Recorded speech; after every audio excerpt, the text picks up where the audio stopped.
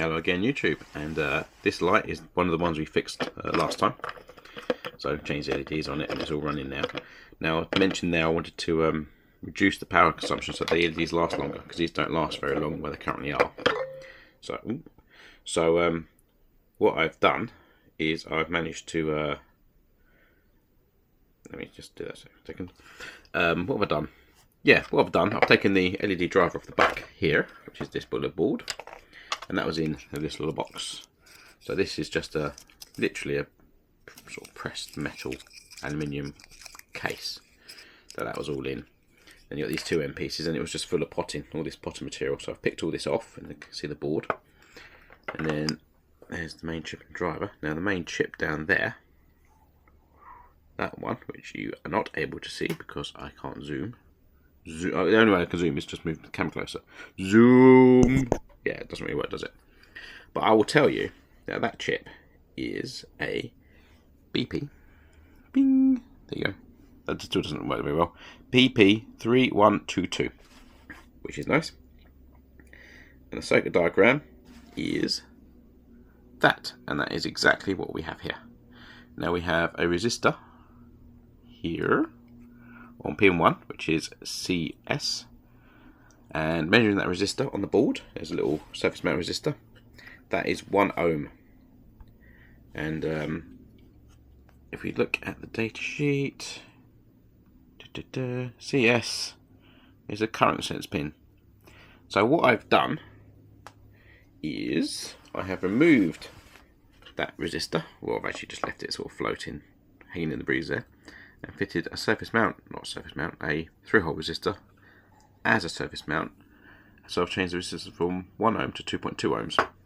And what that's done with the power consumption is it's taken it from 300 milliamps output to 180 milliamps. So 180 across 2 LEDs, because these are each LED is 2 in parallel.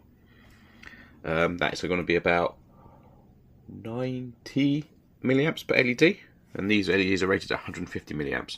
So we've what have we done? We've nearly halved it, not quite halved it. So we 3/4 it. So that's the plan. So yes, that's what I've done here. Obviously it's quite destructive to this, so I need to come up with a better method. So I'm going to do another lamp, and we'll go through the steps. Okay, so here's another one, and you can see we've got a few LEDs out, and also really dim, so I suspect these are open circuit. Let's put in the voltage down. Do I put in the voltage down? Oh, you know me, reducing the current flow. So yeah, so we need to change, how many LEDs is it? 3 LEDs, so it's going to be these 2 and that one. Right, I'll mark them up and then we'll change them. Also, just out of interest, if I short out the broken LEDs with a ammeter, we can measure the current. There you go, currently 307 milliamps. So with this mod we have to reduce that current consumption.